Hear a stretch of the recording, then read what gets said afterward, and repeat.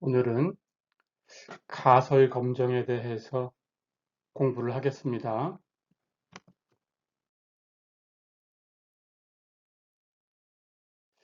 가설 검정이라는 것을 공부를 하려고 하는 건데 어떻게 하는 건지, 어떤 의미를 가지고 있는 건지 우선 예를 가지고 살펴보겠습니다. 자, 우리가 이제 보통 흡연을 하면 예, 건강에 문제가 생길 수 있다라는 그런 이야기들을 많이 듣는데 예, 그런 예를 하나 가지고 와 볼게요. 예, 흡연을 하면 건강뿐만 아니라 예, 용모에도 문제가 있다라는 그런 학설을 하나 가지고 와 보겠습니다. 자, 그래서 이런 주장을 하나 가지고 왔어요. 예, 흡연을 하게 되면 그 얼굴을 흡연자 얼굴로 만든다라는 것. 이게 정말일까 하는 것을 한번 검증해 보고 싶다. 이런 생각이 들었다고 가정을 한번 해봅시다. 자, 그런데 이제 흡연을 해서 얼굴이 그 피부가 변하고 이렇게 해서 흡연자 얼굴이 된다라는 것은 이런 뜻이에요. 흡연자의 얼굴이라는 것은 얼굴색이 회색으로 변하든지 오렌지색으로 변하든지 자주색으로 변하든지 이렇게 좀 검게 변하는 거예요. 얼굴색이 검게 변하면서 주름도 아주 깊은 주름이 생겨요. 예, 그렇게 되고 얼굴도 이렇게 수척해집니다. 그러면서 가죽만 남는 그런 얼굴, 이런 얼굴을 흡연자의 얼굴이다라고 이제 그 학자들이 보통 얘기를 합니다. 자, 그럴 때 흡연을 하면 그 담배에 섞여 있는 니코틴, 그 니코틴 때문에 그 피부 혈색 순환이 감소돼요. 그래서 얼굴이 흡연자 얼굴로 바뀐다. 이런 얘기들을 종종 합니다. 자, 그렇다면 우리가 이제 이런 검증을 해보고 싶은 거예요. 이게 정말인지 얼만큼 믿을 수 있는 건지 표본 조사를 해서 실제 검증을 해보려고 합니다. 자, 그러면 어떻게 검증을 하는 건지 이제 하나씩 배워 나갑니다. 가볼까요?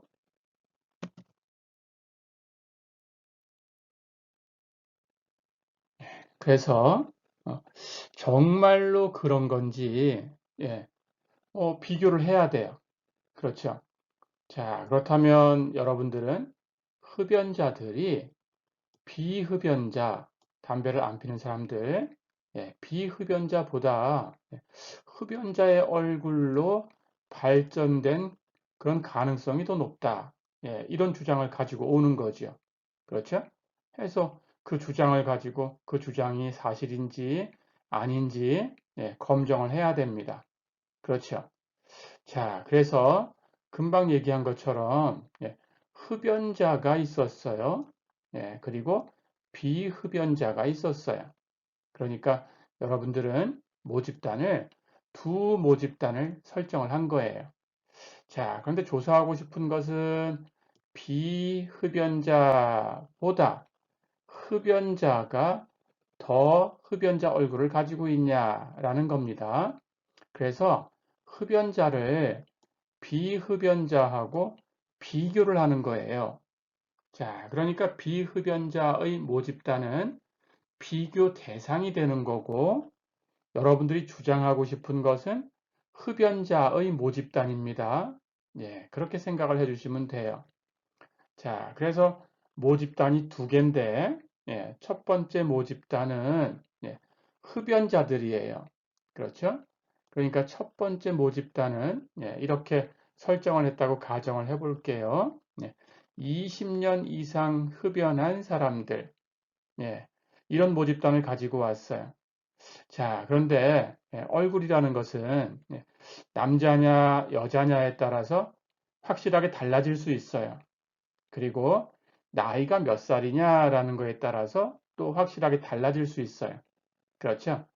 예, 사람은 당연히 늙기 때문에 예, 나이가 먹을수록 피부가 안 좋아지겠죠. 그렇죠? 예, 그러니까 어, 정말로 믿을만 하다라고 이렇게 주장을 하려고 하면 예, 성별과 나이에 영향을 받는 거니까 조금 폭을 좁혀서 잡아야 됩니다. 예, 그래서 첫 번째 모집단은 예, 20년 이상 흡연한 예, 그런 모집단 중에서 50세에서 55세 연령을 선택을 했어요. 자, 그리고 남성이냐 여성이냐가 또 달라질 수 있는 거니까 남성을 선택을 했어요. 해서 20년 이상 흡연을 한 50에서 55세 연령의 남성 흡연자로 구성된 그런 모집단을 선택을 했습니다. 자, 그리고 이제 두 번째 모집단, 두 번째 모집단을 가지고 와야 되죠. 두 번째 모집단은 같은 연령을 가지고 와야 돼요. 그래야 형평성이 있어요. 50에서 55세 연령, 아까하고 동일한 연령을 가지고 와야 돼요. 그리고 남성, 동일하게 가지고 와야 돼요. 그렇죠? 그런데 조건은 이제 단지 흡연만 하지 않는 거예요. 비흡연자, 그래서 비흡연자로 구성을 했어요. 자, 이렇게 두 모집단으로 이제 분류를 했습니다. 예, 그렇게 해서 이제 표본을 선택을 합니다. 그래서 각 모집단으로부터 표본을 50명씩, 표본을 추출을 했어요. 자, 그리고 이제 검정을 해야 돼요. 그렇죠? 어떻게 검정할 건지 가볼까요?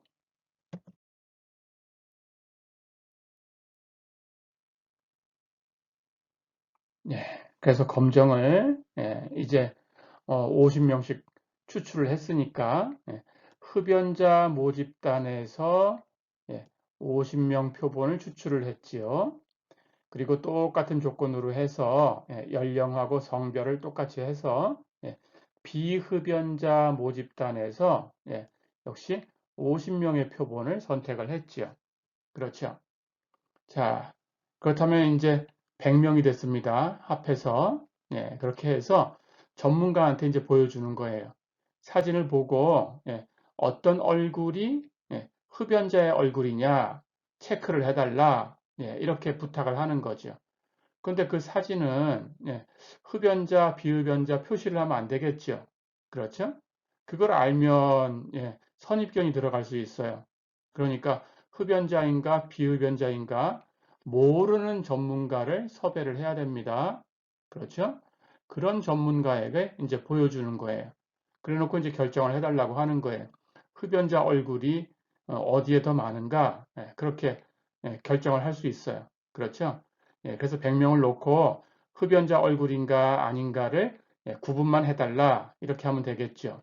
그렇죠? 자, 그럼 그렇게 해서 이제 표본 조사를 한 겁니다.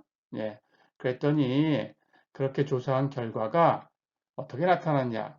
자, 이렇게 나타났다고 가정을 해봅니다. 50명의 흡연자 중에서는 31%가 흡연자 얼굴이다라고 결정이 됐어요.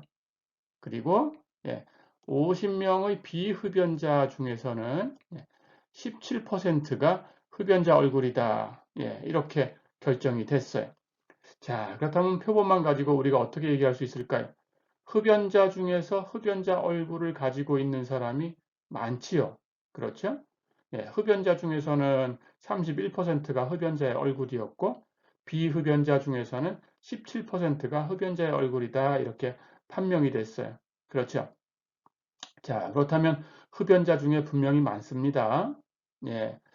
그러면 이건 이제 표본인데 우리가 하고 싶은 것은 지금 모집단 전체를 조사할 수가 없으니까 표본 조사를 한 걸 가지고 모집단에 대해서도 똑같이 결정을 할 수 있을까라는 걸 알고 싶은 거예요. 그렇죠? 그러니까 우리가 표본 조사를 하니까 흡연자 중에 흡연자 얼굴이 31%야. 비흡연자 중에서는 17%밖에 안 됐어. 그러니까 흡연자 중에 흡연자 얼굴이 더 많아. 이렇게. 그러니까 흡연을 하면 용모를 안 좋게 변하게 할 거야. 이렇게 결론 지을 수 있는 건지.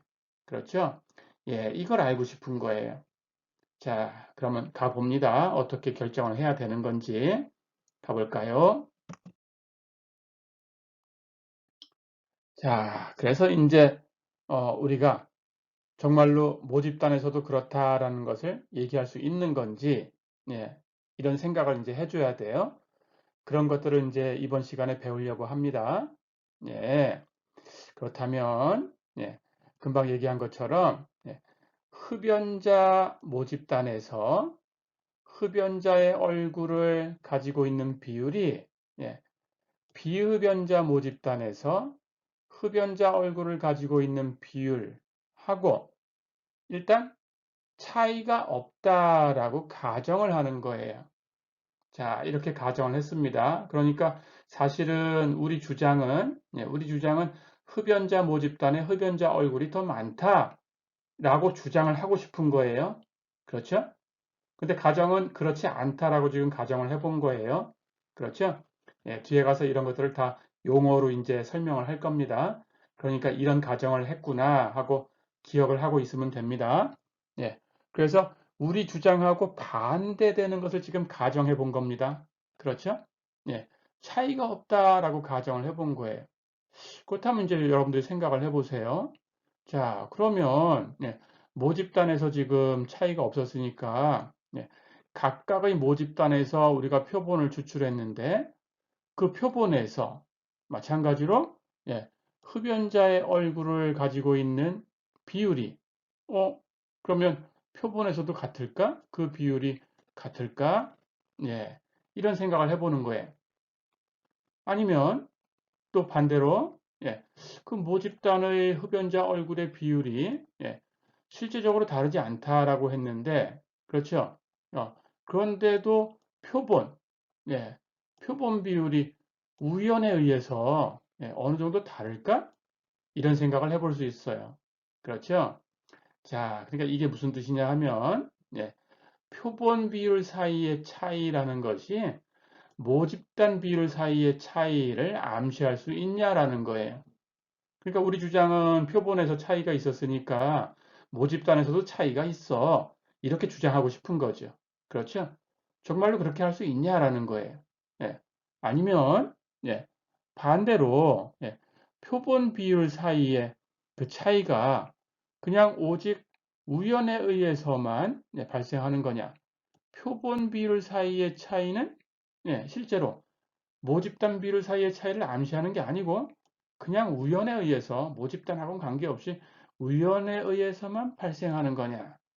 예, 어떤 주장이 맞을까라는 거예요. 그렇죠? 자, 그렇다면 지금 이런 주장들을 가설검정이다라는 걸 가지고 이제 판명을 하려고 하는 겁니다. 예, 그래서 가설검정이라는 것이 어떤 방법으로 우리 주장이 받아들여지는 건지 그것을 이제 하나씩 설명을 하겠습니다. 용어를 써서 이제 설명을 할게요. 가볼까요? 자, 그래서 이제 우선 우리가 이번 시간에 배우려는 것은 통계적인 추론이에요. 통계적인 추론이라는 것은 모수의 값을 추정하는 부분이 있고 또 모수의 참값에 관한 주장이 옳은지 그른지 판단하는 그것을 이제 가설검정이라고 합니다. 가설검정이라는 것이 있어요. 그렇게 어, 그래서 우리가 지금 배우려는 것은 가설검정이에요. 가설검정. 모수의 추정하는 것은 두 가지로 나눌 수 있습니다. 모수의 추정은 그 값을 추정하는 것. 값을 추정하는 것은 점추정이다 이렇게 불러요. 그리고 그 모수가 어떤 구간에 속해 있을까? 그걸 추정하는 것. 모수가 속해 있는 구간을 추정하는 것. 그것을 구간 추정이다라고 불러요. 자, 그러니까 통계적인 추론에는 세 가지가 있어요. 점 추정이 있고 구간 추정이 있고 이제 이번 시간에 배우려는 가설 검정이 있어요. 예, 이렇게 세 가지가 있습니다. 자, 그래서 가설 검정하는 것은 예, 모수에 관한 주장이 옳은지 그른지 그것을 판정하는 거예요. 예, 우리 지난 시간에 구간 추정에 대해서는 배웠죠. 그렇죠? 예, 신뢰 구간에 대해서 배웠습니다. 예, 그래서 이번 시간에는 이제 우리가 점 추정하는 거 그리고 구간 추정하는 거 이게 이제 다 된 상태니까 가설 검정이라는 것을 이제 시작하려고 하는 거예요. 그래서 6장과 7장에서는 가설 검정에 대해서 배우고 이번 학기 수업이 이제 마무리가 됩니다. 예, 가볼까요?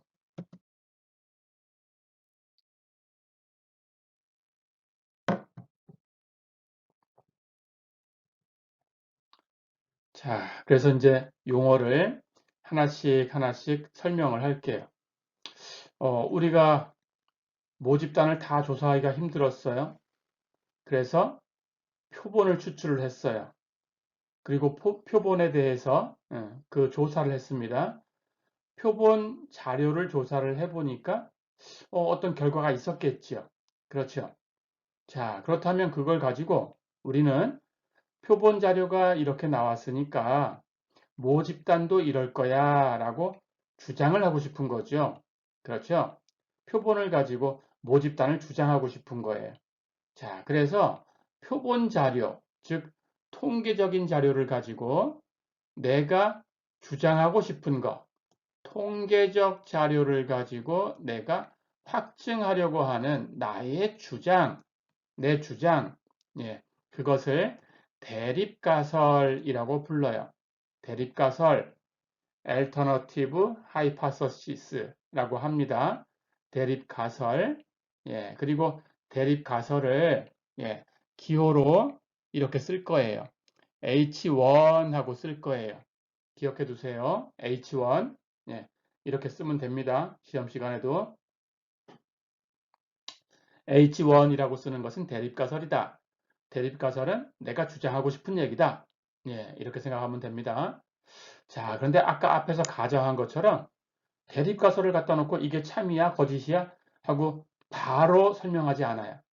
예, 대립가설에 반대되는 걸 가정했었죠. 그렇죠? 예, 모집단의 차이가 없다고 가정해보자. 이렇게 얘기했었죠. 그렇죠? 예. 내가 주장하려는 대립 가설하고 반대되는 주장이 있습니다. 대립 가설에 반대되는 주장. 예. 그러니까 대립 가설이 무효다라고 주장을 하는 거죠. 그렇죠? 그것을 우리는 귀무가설이다라고 얘기를 합니다. 귀무가설, null hypothesis라고 해요. null null, 예, 없다라는 뜻입니다. 0이란 뜻이에요. 아무것도 없다. 그런 뜻이에요. 예, 해서 대립가설이 무효다라는 걸 주장할 때 귀무가설을 가지고 옵니다. 예, 그것을 대립가설은 H1이라고 쓴다고 했어요. 예, 귀무가설은 H0라고 써요. H0. 어렵지 않죠? 이 두 개는 기억해야 됩니다. 대립가설은 내가 주장하려는 거고 H1이라고 쓸 거고 귀무가설은 내가 주장하는 것에 정반대다라는 거고 내 주장이 무효다라는 거고 그것을 귀무가설이라고 하고 기호로는 H0라고 쓴다. 어렵지 않죠? 예, 그렇게 생각하시면 됩니다. 자, 그래서 우리는 H0를 먼저 주장을 하는 거예요. 귀무가설. 예. 그래 놓고 그것을 기각할 수 있는지 없는지라는 것을 판정을 할 거예요. 예, 그렇게 할 거니까 일단 그렇게 알고 있으면 되겠습니다. 예, 하나씩 하나씩 필요한 걸 설명을 할게요. 자, 그럼 우선은 대립가설과 귀무가설에 대해서 알고 있으면 됩니다. 대립가설은 내가 주장하는 거고 H1이라고 쓰고 귀무가설은 내가 주장하는 것이 무효다, 틀렸다 라는 얘기고 H0라고 쓰는 거고 됐죠? 예, 그러면 H1과 H0에 대해서 한번 설정을 한번 해보겠습니다. 자, 그럼 또 사례를 하나 가지고 올게요. 예, 그래서 이번에는 이런 사례가 있어요. 예, 임신 중인 어머니가 만약에 알코올 중독이라면 예, 그러면 어떻게 될 건가라는 얘기를 하고 싶은 거예요. 알코올 중독이다라고 한다면, 그렇다면 당연히 아이한테 영향이 가겠죠. 그렇죠. 자, 그래서 가장 흔하게 임신 중에 어머니가 알코올 중독에 있었다. 그렇다면 그 아이한테 가장 흔하게 알려진 것이 아이가 지체장애가 되는 게 있어요. 자, 그래서 지체장애의 원인이다라고 얘기할 수 있습니다. 그러니까 임신 중에는 술을 마시면 안 된다. 이런 얘기들을 많이 하죠. 그렇죠. 자, 그래서 이런 것들을 한번 연구한 것이 있었어요. 그 연구를 가지고 한번 조금 전에 얘기했던 대립가설, 귀무가설 이런 것들을 한번 설정을 해보겠습니다. 자, 그래서 어떤 논문이 있었냐 하면 임신 중에 어머니가 치명적인 알코올 중독에 걸렸다면 그게 바로 출산 전후에 성장 지체 장애가 된다라는 연구 결과를 가지고 왔어요. 자, 그래서 결국은 임신 중에 그 알코올 중독이라는 것이 그 태아의 저체중을 유도를 합니다. 해서 저체중 출산이 될 수 있어요. 그러면 저체중 출산이 바로 그 알코올 중독의 전형적인 신호다라고 받아들일 수 있어요. 자, 그래서 그런 가설을 한번 설정을 해보겠습니다. 그러니까 주장하고 싶은 것은 임신 중에 알코올 중독이 되면 아이가 지체장애가 되는 거야. 근데 그 원인이 이제 저체중이니까 아이가 저체중이 될 거야. 자, 그래서 알코올 중독이다 그러면 저체중이야. 이렇게 주장하고 싶은 거예요. 그럼 설정을 해볼게요. 가볼까요?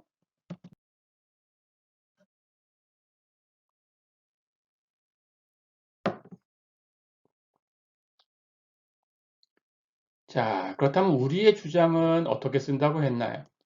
H1 대립가설이라고 했고, 그렇죠? H1 하고 쓴다고 했어요. 그렇죠? 자, 그렇다면 H1 하는 것은 우리가 표본 조사를 해서 가지고 있는 자료, 결과가 되겠습니다. 그렇죠? 예. 그러니까 우리의 주장은 일반적인 모집단에서 태어난 아기의 출산 평균 체중, 이걸 가지고 비교를 하는 거겠죠. 그렇죠?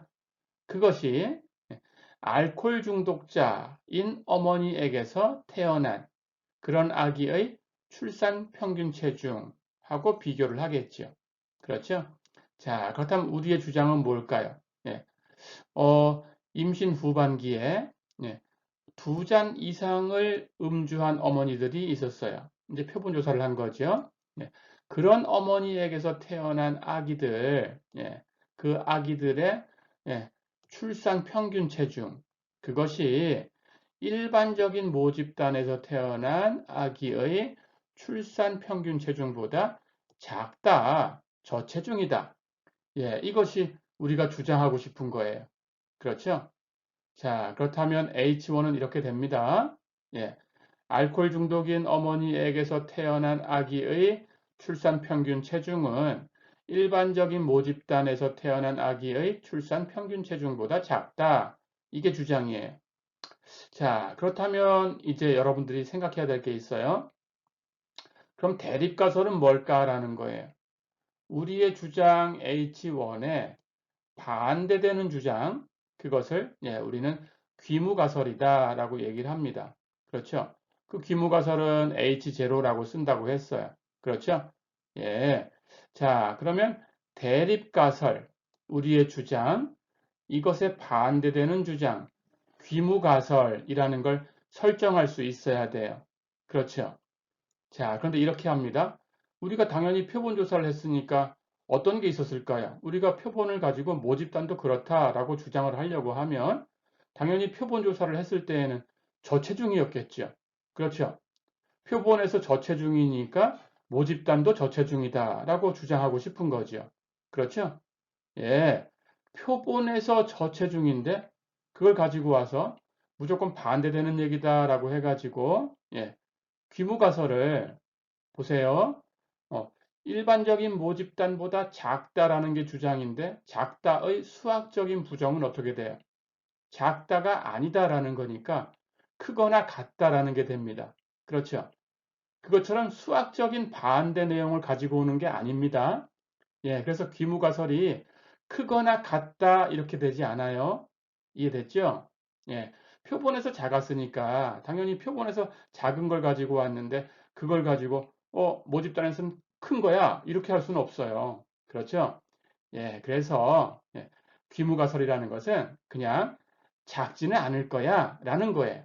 작지는 않을 거야. 그러니까 일반적인 것하고 일반적인 모집단하고 차이가 없을 거야 라는 걸 가지고 오는 거예요. 이걸 주의해야 됩니다. 예, 작다를 부정한 거다라고 해가지고 크거나 같다 이렇게 하면 안 된다고 했어요. 이해됐죠? 예, 마찬가지로 우리의 주장이 크다라는 게 우리의 주장이었다고 하더라도 반대되는 거, 귀무가설을 크다의 반대니까 작거나 같다 이렇게 하면 안 됩니다. 예, 그래서 작다라는 걸 주장을 해도 귀무가설은 차이가 없다. 그냥 같다예요. 같다. 이해됐죠? 크다라는 걸 주장할 때도 귀무가설은 같다. 이렇게 됩니다. 이해됐죠? 예, 그래서 사실 우리의 주장은 이렇게 나눌 거예요. 작다 또는 크다 또는 다르다. 예, 이렇게 세 가지를 주장할 겁니다. 우리가. 예, 그런데 작다를 주장을 하든지 크다를 주장을 하든지 다르다를 주장을 하든지 귀무가설은 항상 같다라는 거예요. 그러니까 차이가 없다라는 겁니다. 자, 그래서 그 모집단의 평균 출산 체중 그것이 일반적인 모집단에서 태어난 아이들의 평균 체중하고 차이가 없다. 예, 차이가 없다라는 거 잊어버리지 마세요. 예, 차이가 없다라는 것이 귀무가설이에요. 됐죠? 자, 그러면 이제 우선은 첫 번째 단계로 예, 대립가설과 귀무가설 이것을 여러분들이 쓸 수 있게 연습이 됐습니다. 그렇죠?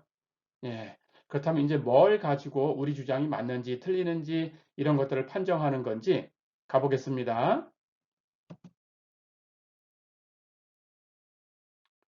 자, 그렇다면 이제 실제 수치를 가지고 와서 한번 설정을 해볼게요. 예.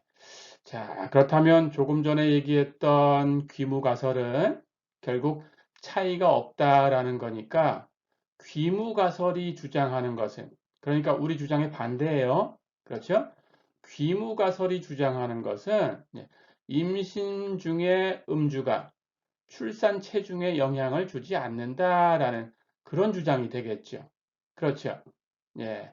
그래서 귀무가설 하는 것은 말로 표현하면 그렇게 되는 겁니다.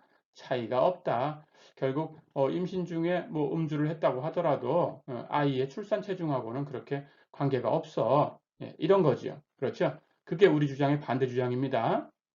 자, 그렇다면 이제 정확하게 수치를 한번 가지고 와 볼까요? 예를 들어서 이제 우리가 비교하려는 일반 모집단이 있었어요. 그렇죠? 예, 일반 모집단에서 태어난 아이의 평균 출산 체중이 이건 이제 알려져 있는 거죠. 그래서 115온스다라고 알려져 있다라고 가정을 할 겁니다. 이렇게. 자, 그럴 때 이걸 이제 비교하는 거죠. 이것하고. 그렇죠? 예. 그래서 일반적인 이 모집단에서의 평균값, 그 평균값을 우리는 항상 기호로 이렇게 쓸 거예요. 뮤 제로라고 쓸 거예요. 이 기호를 기억하셔야 돼요. 뮤 제로라고 쓴다라는 거 잊지 마시고. 자, 그러면 이제 이것하고 비교를 할 텐데 우리가 비교하고 싶은 것은 임신 후반기에 매일 2잔 이상을 음주한 어머니가 아이를 낳았다.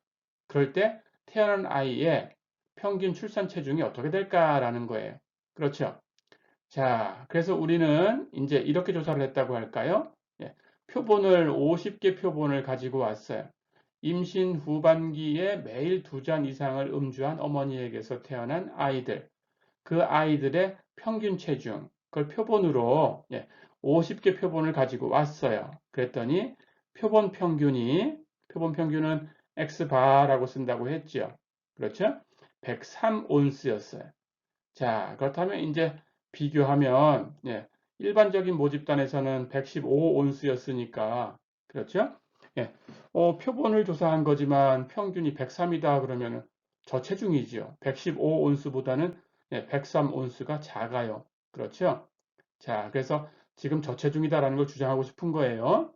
예, 그런데 일단 예, 주장할 수 있는지 없는지 이제 여러분들이 판정을 해야 되는 거고, 그렇죠? 그래서 표본도 표본 표준 편차가 필요합니다. 예, 그래서 표본 표준 편차도 계산을 해봤어요. 그랬더니 S는 30이었어요. 자, 그렇다면 이것만 가지고 이제 우리 주장을 할 수 있냐라는 걸 여러분들이 예, 설정할 수 있어야 됩니다. 예,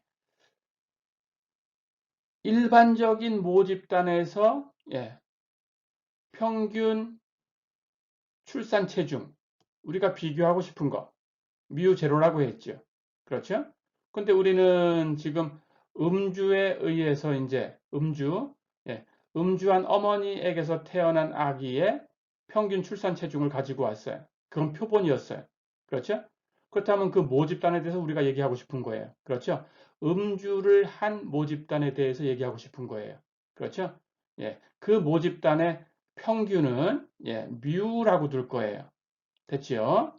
자, 그렇다면 여러분들의 주장은 예, 뮤가 그 비교 대상 뮤 제로보다 작다라는 거지요. 그렇죠? 뮤가 뮤 제로보다 작다라는 걸 주장하고 싶은 거예요. 이게 우리의 주장입니다. 이해됐죠? 그렇다면 우리의 주장에 반대되는 귀무가설 이것도 떻게 표현하는지 알겠죠? 그렇죠? 자, 그렇다면 이걸 기호로 한번 써보겠습니다. 갈까요? 그래서 예, 귀무가설하는 것은 예, 결국은 우리 주장이 받아들일 수 없는 거야, 잘못된 거야 하는 거니까 예, 결국 일반 모집단하고 차이가 없다라는 거예요. 그렇죠? 우리 모집단은 뮤가 되는 거고 일반 모집단은 115온스였어요. 그렇죠? 뮤제로. 예, 그래서 뮤는 뮤제로야라는 거, 같은 거야라는 게 예, 귀무가설이 됩니다. 예, H0는 뮤는 뮤제로야. 근데 뮤제로는 비교하고 싶은 대상, 우리가 알려져 있는 걸 살펴봤더니 115온스였어요. 그렇죠? 그러니까 H0는 뮤는 115야. 이렇게 쓰면 되는 거예요. 이해됐죠? 예, 어려운 거 없죠? 자, 그렇다면, 우리의 주장도 뭔지 알 수 있겠죠? 그렇죠? H1은 어떤가요? 뮤는 115보다 작다. 예, 이게 H1이 되겠죠? 그렇죠? 예, 그렇게 되는 겁니다. 자, 그래서 이제 이어서 얘기를 해요. 예, 우리의 주장은 대립가설이고 그것에 반대되는 우리 주장이 무효다라는 그런 주장은 귀무가설이다. 그렇죠? 대립가설은 H1이라고 쓰고 귀무가설은 H0라고 쓴다. 알 수 있죠? 그렇죠? 자, 그런데 이제 이어서 갑니다. 예, 우리 주장이 맞는 거야, 틀리는 거야? 예, 이걸 얘기할 때 우리 주장을 직접 가지고 와서 이게 제대로 된 거냐, 안 된 거냐라고 하지 않아요. 예, 그래서 우리는 어떻게 할 거냐 하면, 예, 우리의 주장 대립 가설을 받아들일 수 있는지 없는지 판정하는 것을 그 대립 가설을 가지고 직접 판정하지 않습니다. 어떻게 할 거냐? 우리 주장에 반대되는 주장이 있었어요. 그 귀무가설이라고 불렀어요. 그렇죠? 그 귀무가설을 기각할 수 있는지 없는지를 가지고 결정을 할 거예요. 예, 이게 법입니다. 예, 이게 규칙이에요. 자, 그렇다면 우리의 주장 대립가설하고 우리의 주장에 반대되는 주장, 우리 주장이 무효야라는 주장, 귀무가설 이것하고 예, 어떤 관계가 있는 거냐? 예, 이렇게 판정을 하는 거예요. 귀무가설을 기각할 수 있는지 없는지를 가지고 판정해 주는 거예요. 자, 그럼 귀무가설이라는 것은 우리 주장에 반대되는 주장이니까 귀무가설을 기각할 수 있던지 아니면 귀무가설을 기각할 수 없던지 둘 중에 하나겠죠. 그렇죠? 자, 그래서 귀무가설을 만약에 기각할 수 있었다면 어떤 뜻으로 해석을 할 거냐? 우리의 주장, 대립가설은 받아들여진다라고 해석을 해주면 돼요. 자, 그러면 귀무가설을 기각했다 그러면 우리 주장은 받아들여진 겁니다. 이해됐죠? 예. 그런데 귀무가설을 기각하는데 실패할 수도 있어요. 그렇죠? 귀무가설을 기각하는데 실패를 했다면, 예. 그러면 이렇게 해석을 하는 겁니다. 대립가설이 옳다고 주장하기에는 우리가 가지고 온 증거가 있었죠. 표본 자료. 그렇죠? 그 증거가 충분하지 못하다. 이렇게 얘기하는 거예요. 아, 이 정도 갖고는 증거가 안 돼. 그런 뜻이에요. 됐죠? 예, 그렇게만 해석한다라는 걸 알고 있으면 되겠어요. 예, 다시 정리하면 귀무가설을 기각했다라고 하면 우리 주장은 받아들여진 거고, 예, 귀무가설을 기각하는데 실패했다 그러면 우리 주장을 받아들이기에는 너희가 가지고 온 증거가 충분하지 못해. 예, 그런 뜻입니다. 이해됐죠? 자, 그런데 그것은 당연히 우리 지금 통계적인 얘기를 하고 있으니까 예, 통계의 언어는 확률이라고 했죠. 예, 확률을 이용해서 표현을 하는 거예요. 예, 몇 퍼센트다라고 표현을 합니다. 예, 그것에 대해서 조금 더 상세하게 얘기를 해보겠습니다. 가볼까요?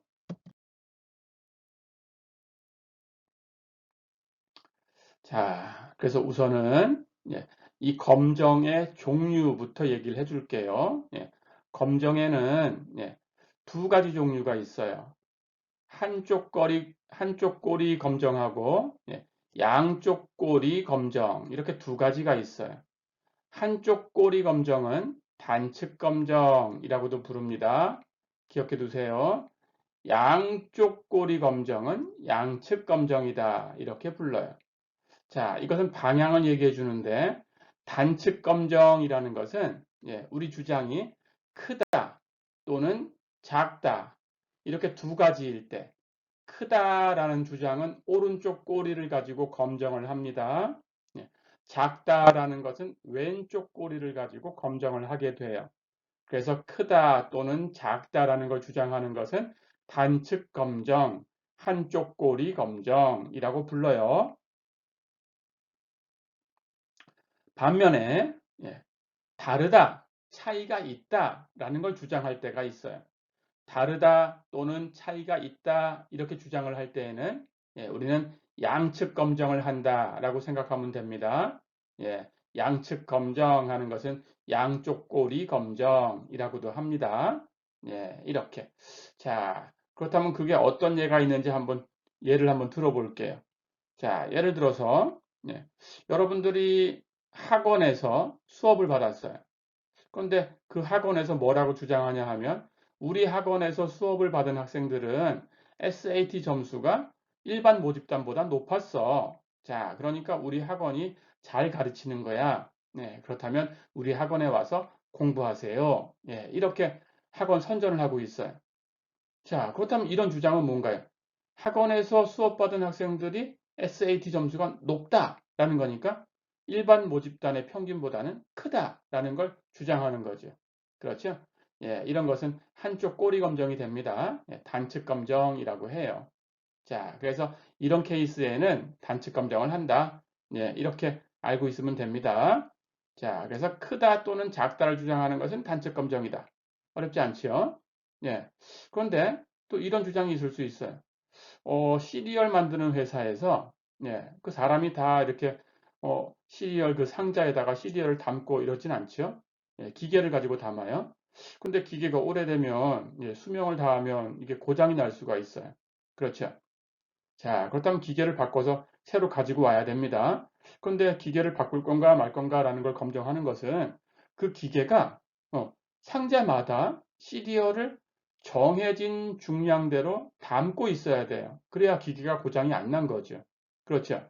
자, 그래서 이런 걸 검증해 보는 거예요. 기계를 새로 들여왔어요. 그런데 그 기계한테 시리얼을 담게 하는데 어떻게 조정을 했냐 하면 예를 들어서 상자마다 시리얼을 몇 그램을 담아라. 이렇게 지금 딱 맞춰놨어요. 그런데 이 기계가 보니까 정해진 중량대로 담지 않는 것 같아요. 의심이 갑니다. 그렇죠? 그렇다면 그걸 검증해 보는 거예요. 그래서 표본 조사를 했어요. 표본 조사를 했더니 정해진 중량대로 담지 않아요. 들쭉날쭉. 더 담을 때도 있고 덜 담을 때도 있고. 자, 그렇다면 여기서 문제는 뭔가요? 더 담거나 덜 담거나 다 문제가 되는 겁니다. 그렇죠?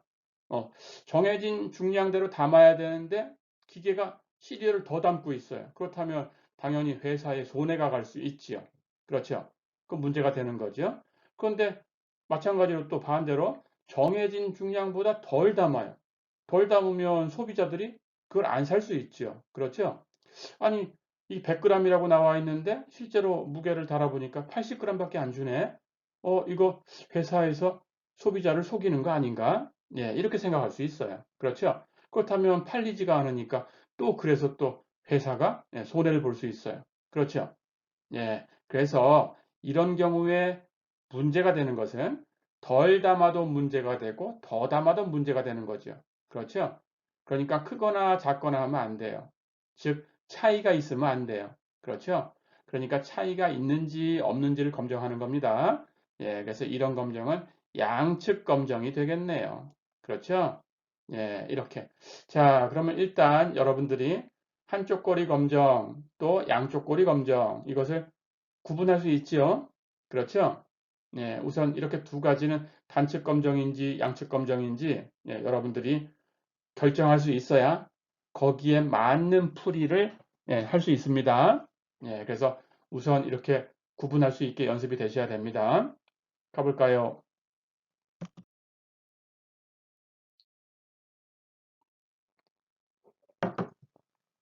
자, 그렇다면 이번에는 오류에 대해서 얘기를 하겠습니다.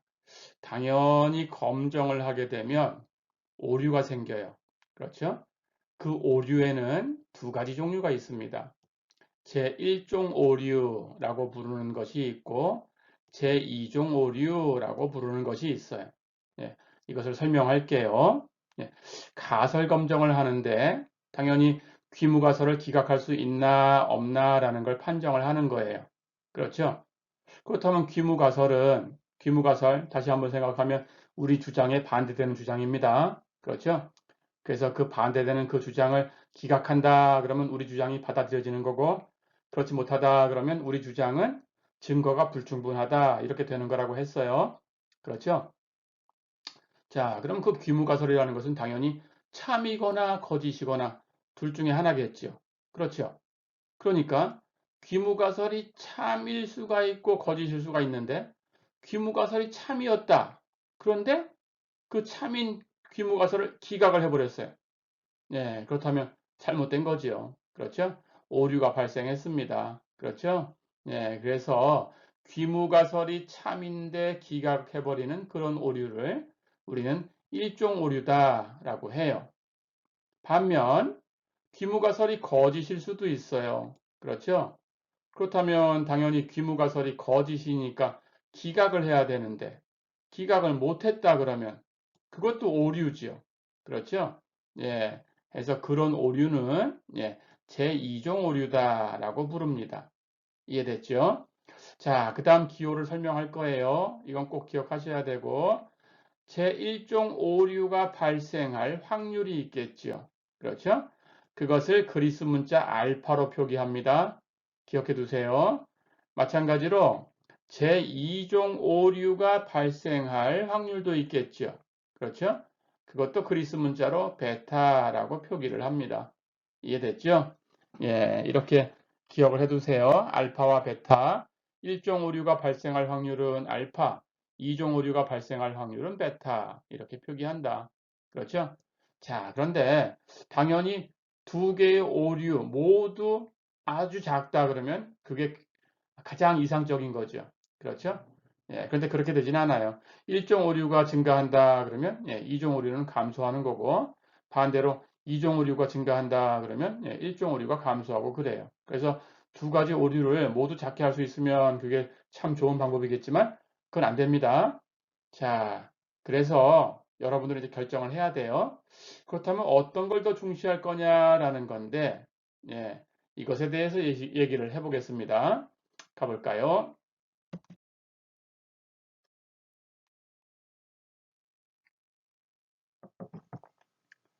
자, 우리가 재판장에서 있는 얘기를 가지고 한번 와볼게요. 예, 어떤 오류가 더 심각한 오류냐라는 얘기를 하고 싶은 건데, 이런 사례를 한번 가지고 와보겠습니다. 예, 어, 제임스라는 사람이 범죄자다라고 해서 잡혀왔어요. 자, 그렇다면 당연히 검사들이 이 사람이 범죄자야라는 걸 증명을 했겠죠. 그렇죠. 예. 그렇다면 이제 검사가 주장을 하는 거예요. 이 사람은 유죄야 하고 주장을 하는 겁니다. 자, 그렇다면 배심원들은 어떤 주장을 해야 될까요? 이것에 반대되는 주장. 그렇죠? 제임스는 무죄야라는 주장을 할 거예요. 그렇죠? 검사의 주장에 반대되는 주장, 귀무가설입니다. H0라고 쓸 거예요. 검사가 주장하는 것은 당연히 증거를 가지고 왔어요. 여기서 얘기하는 증거는 우리 통계학적으로 얘기하면 조금 전에 얘기했던 표본 조사를 한 그 자료가 되는 겁니다. 예, 해서 그걸 가지고 표본 조사한 그 자료를 가지고 증거를 가지고 검사들이 제임스는 유죄야라는 걸 주장하고 싶은 거예요. 자, 그래서 유죄다라고 주장해서 무조건 이 사람을 감옥에 넣으면 안 돼요. 그렇죠? 그러니까 항상 이 사람은 무죄다라는 입장에서 봐야 되는 거예요. 자, 그렇다면 무죄다라는 것은 어떻게 할 거냐 하면 검사들이 제시한 증거가 있어요. 그렇죠? 검사들이 제시한 증거를 배심원들이 판정을 해보는 거예요. 그렇죠? 자, 그럴 때 그 증거를 검증을 해보고, 배심원들은 일단 귀무가설을 주장하는 겁니다. 무죄다. 그 귀무가설을 기각하는데 충분하다라고 결정을 해야 되는 건데, 만약에 증거가 충분하지 못하다 그러면 그렇게 못하겠죠. 그렇죠? 그래서 귀무가설을 기각한다라는 것은, 이 정도 증거면 충분해. 이 사람이 범죄자인 건 맞아. 예, 이럴 정도로 충분해야 돼요. 그렇죠? 예, 그렇다면 그런 경우에 귀무가설을 기각하는 거예요. 그렇죠? 예, 그래서 우리는 이런 가정을 해보는 거예요. 어, 귀무가설. 그 귀무가설이라는 것은 제임스가 무죄다라는 거예요. 근데 그게 참이었어요. 그런데 증거를 보니까 이게 알쏭달쏭 했는데 그냥 기각을 해버렸어요. 예, 그렇다면 그 제임스가 유죄다라는 게 받아들여진 거죠. 그렇죠? 근데 이 사람이 사실은 유죄가 아니었다라고 가정을 해보세요. 제임스가 실제로 유죄가 아니다라고 했는데 그렇다면 기무가설이 참인 건데 배심원들이 그 기무가설을 기각해버렸어요. 그렇다면 멀쩡한 사람이 처벌을 받게 되고 감옥에 간 거죠. 그렇죠? 우리는 그런 경우를 대단히 치명적이다라고 생각을 하는 거예요. 그래서 무죄 원칙의 법칙 이런 걸 지켜야 되는 겁니다. 그래서 이런 오류가 더 심각하다라고 얘기를 하는 거예요. 자, 그래서 결국은 우리 용어로 다시 돌아오면 제1종 오류를 범하는 것이 더 치명적이다라고 생각해 주는 거예요. 이해됐죠? 그래서 우리는 1종 오류를 적게 하는데 중점을 둡니다. 1종 오류를 줄이려고 노력을 할 거예요. 이해됐죠? 왜 그렇게 하는 건지 이해가 된 거죠?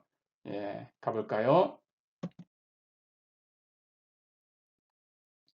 자, 그래서 금방 얘기한 것은 법적인 해석이다라고 생각을 해주면 돼요. 그래서 피고인이 있을 때, 그 사람이 유죄다라고 확정할 정도로 그 증거가 충분해.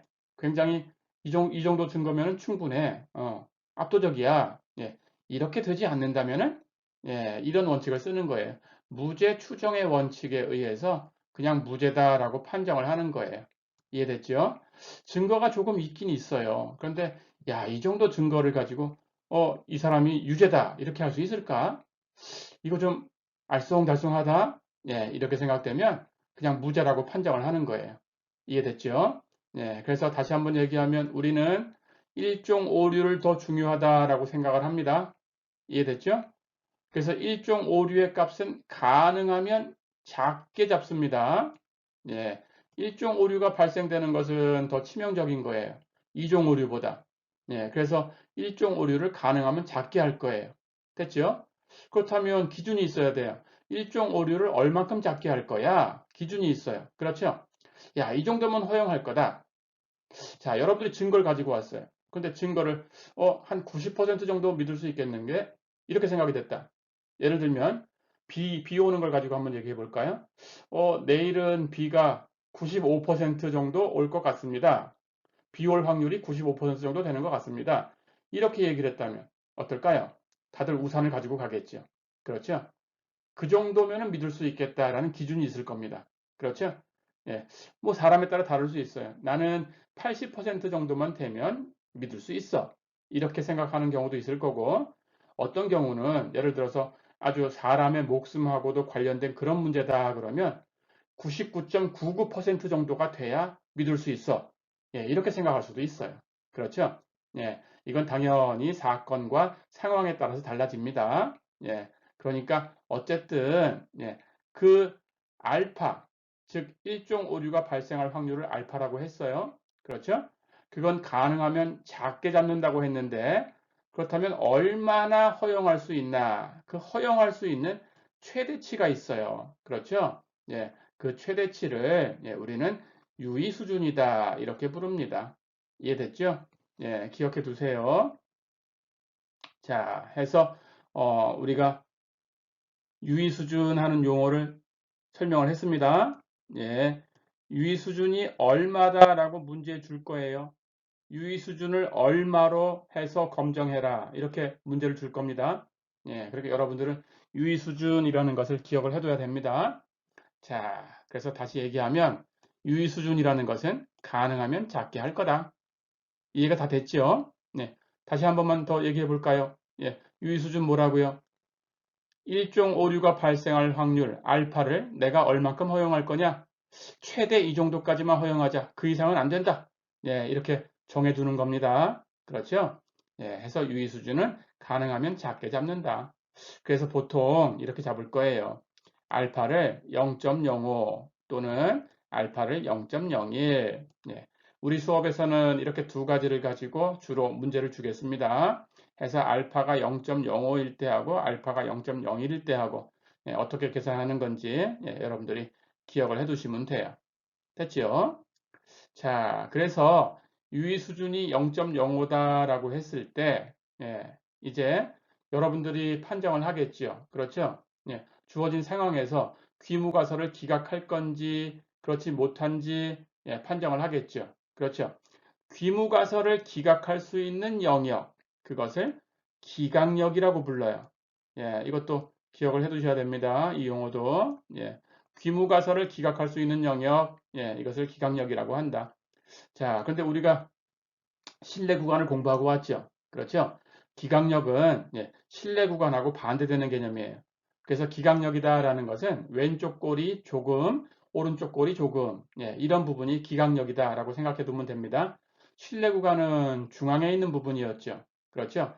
중앙에 있는 90% 부분, 중앙에 있는 95% 부분, 중앙에 있는 99% 부분, 예, 이런 것들을 우리가 지금 예, 실내 구간이다라고 계산하고 왔었죠. 그렇죠? 예, 그래서 그 중앙의 반대쪽 양쪽 꼬리 부분이다라고 생각하면 됩니다. 네, 해서 기각력은 양쪽 꼬리 부분이 될 거예요. 자, 그렇다면 조금 더 예, 설명을 해보겠습니다. 가볼까요?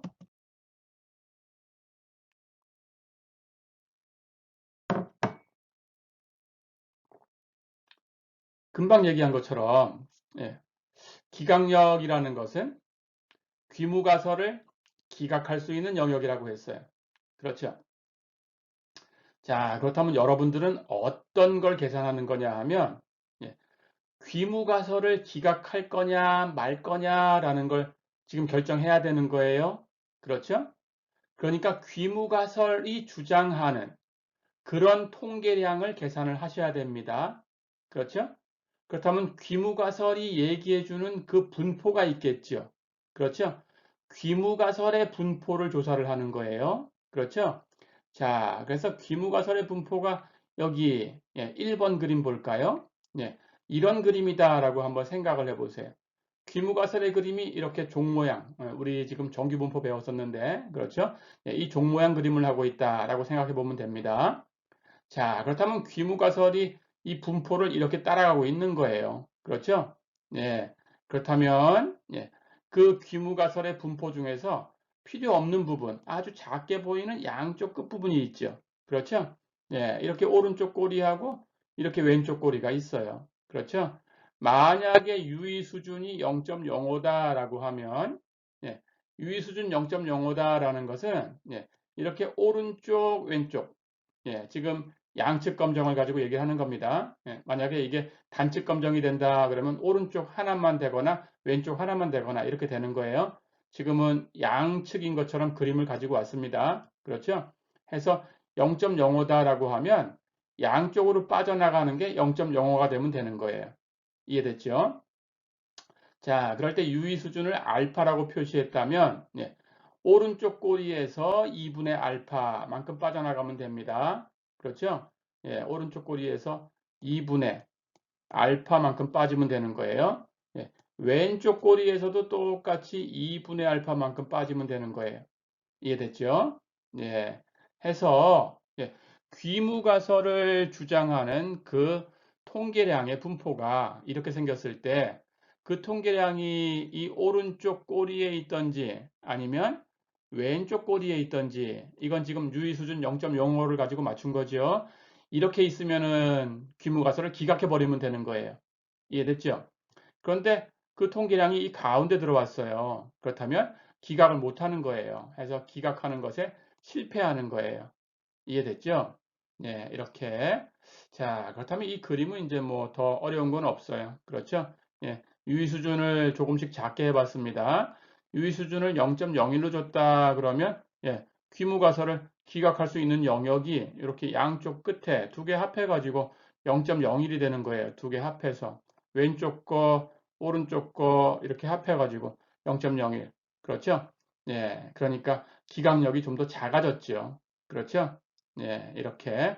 그래서 유의 수준이 이렇게 작아지면 예, 기각력이 작아져요. 그렇죠? 예, 마지막 그림은 유의 수준이 0.001인 케이스인데 그렇다면 당연히 오른쪽 끝에 왼쪽 끝에 이렇게 하면 아주 작아졌어요. 그렇죠? 예, 그 두 개를 합해 가지고 0.001이 되면 되는 거예요. 이렇게. 됐죠? 자, 그래서 그 귀무가설을 얘기해주는 통계량을 가지고 분포 계산을 한다. 이해됐죠? 귀무가설을 기각할 거냐 말 거냐라는 거니까 귀무가설이 주장하는 그 값이 수학적으로 어떻게 표현되는가라는 걸 계산하셔야 돼요. 이해됐죠? 그때 그것의 분포가 이렇게 중앙 부분에 들어왔다 그러면 예, 귀무가설을 기각을 못한 거예요. 그런데 양쪽 꼬리에 이렇게 오른쪽 꼬리에 있던지 아니면 왼쪽 꼬리에 있던지 예, 이렇게 있을 때에는 기각하는 거예요. 이해됐죠? 예, 그래서 기각력에 들어갔다 그러면 귀무가설을 기각하는 거니까 여러분 주장을 받아들일 수 있는 거고 그렇죠? 예, 여러분 주장은 중앙 부분의 확률만큼 받아들일 수 있는 겁니다. 그렇죠?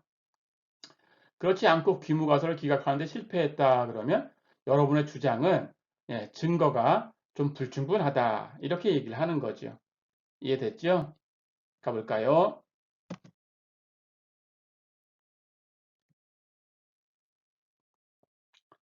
자, 그럼 이제 마지막 얘기를 하고 예, 이번 시간을 마무리하겠습니다. 예, 그런데 예, 유의 수준이 주어지면 그 유의 수준을 가지고 여기 그림 보니까 이제 유의 수준이 0.05다 이런 그림을 가지고 왔어요. 그 유의 수준을 가지고 이렇게 기각력이 결정되지요. 그렇죠? 예. 크다를 주장하면 오른쪽에 이렇게 만들어집니다. 작다를 주장할 때는 이렇게 왼쪽만 만들어집니다. 예. 차이가 있다 또는 다르다 이런 걸 주장할 때는 왼쪽, 오른쪽, 양쪽이 다 만들어집니다. 어렵지 않죠? 예, 이걸 이렇게 연습해 두셔야 뒤에 가서 이제 익숙하게 계산할 수 있어요. 예, 이렇게. 자, 그런데 유의 수준이 없으면 어떻게 될까요?